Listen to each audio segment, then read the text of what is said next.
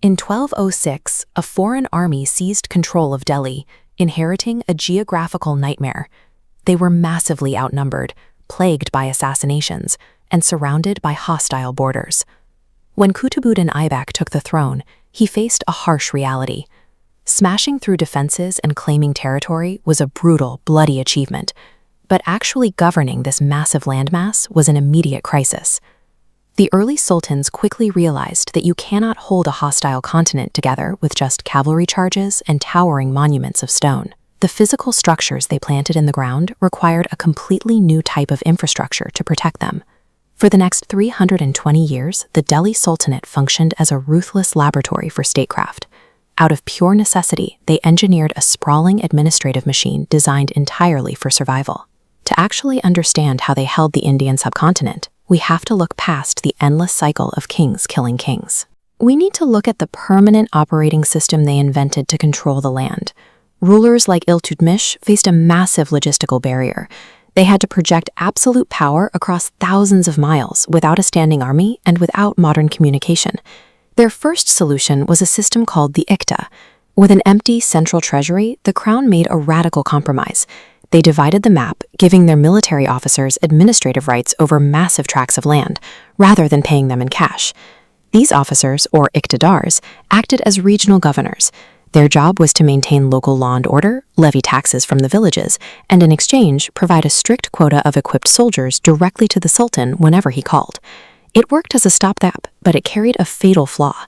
By delegating the authority to collect taxes and raise armies, the crown was effectively funding and arming its own potential replacements. These officers rapidly grew into powerful, independent warlords. Within a few decades, sultans like Balban had to adopt a ruthless policy of blood and iron. He relied on extreme violence, a massive spy network, and public executions to purge the elite nobility and force those regional powers back under Delhi's control. Delegating land administration buys a ruler immediate logistical relief, but it guarantees future rebellions by handing the tools of statecraft directly to ambitious nobles. By the late 13th century, Ala-Din Khalji faced an existential threat that made internal rebellion look minor: relentless, massive invasions by the Mongol Empire. Repelling them required an enormous, highly trained standing army that was ready to fight at a moment's notice. Khalji knew the Ikta system empowered rebels and fractured his military strength, so he aggressively reversed it.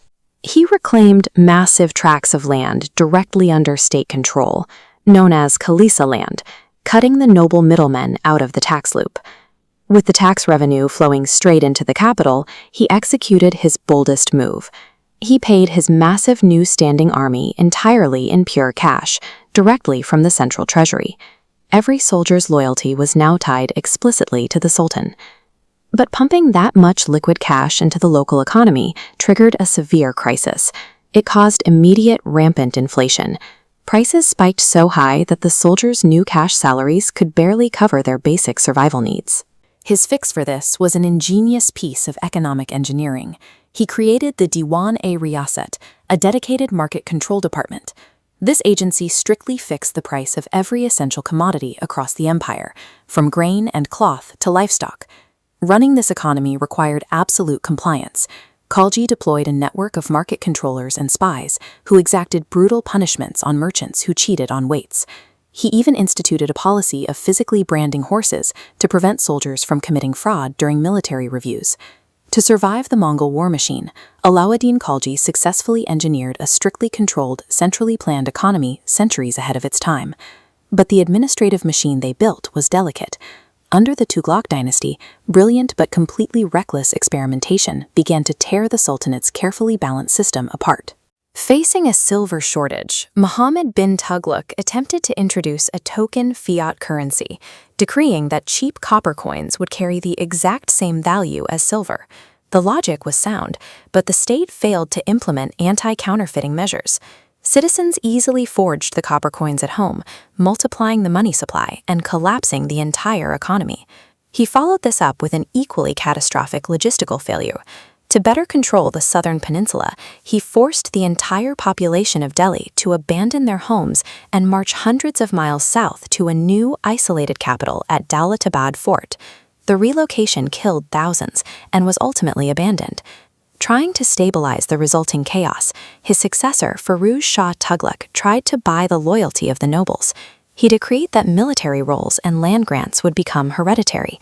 Instead of earning a position through military skill, jobs now passed automatically from father to son.